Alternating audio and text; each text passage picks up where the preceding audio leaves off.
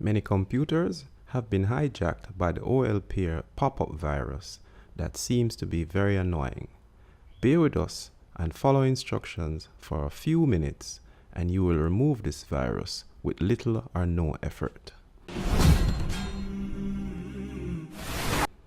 The first thing you need to do is you need to head on over to